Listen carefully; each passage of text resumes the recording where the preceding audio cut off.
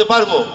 সংগ্রামী সাথী ও বন্ধুগণ, পাশাপাশি বাংলাদেশের সংখ্যাগরিষ্ঠ কৃষক জনগোষ্ঠীকে সুসংগঠিত করার লক্ষ্যে সারা দেশে ৩ মাসব্যাপী ইউনিয়ন পর্যায়ে কৃষক সমাবেশের অংশ হিসেবে দিনাজপুরের ঘোড়াঘাটে কৃষক সমাবেশ অনুষ্ঠিত হয়েছে।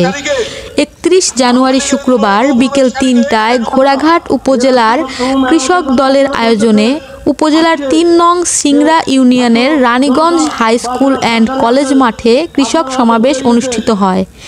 এ সময় উপজেলা কৃষক দলের সদস্য সচিব নেওয়াজ শরীফের সঞ্চালনায় ও উপজেলার ৩ নং সিংড়া ইউনিয়ন কৃষক দলের সভাপতি আলম সরকারের সভাপতিত্বে অনুষ্ঠানে প্রধান অতিথির বক্তব্য রাখেন জেলা বিএনপির সহসভাপতি ও উপজেলা বিএনপির সভাপতি শাহ মোহাম্মদ শামীম হোসেন চৌধুরী।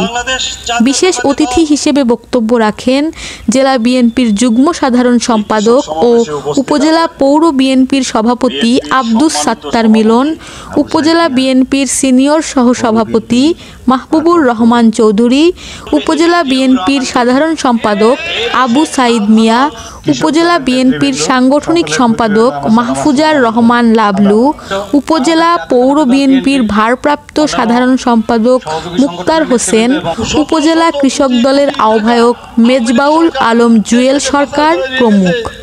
এ সময় আরও উপস্থিত ঘোড়াঘাট উপজেলা বিএনপির নেতৃবৃন্দ, যুবদল, কৃষক দল, স্বেচ্ছাসেবক দল, তাঁতি দল, ছাত্রদল সহ অনেকেই উপস্থিত ছিলেন। ২৪ ঘন্টা ঘোড়াঘাট। ফাহিম হোসেন রিজুর প্রতিবেদন, ঘোড়াঘাট, দিনাজপুর।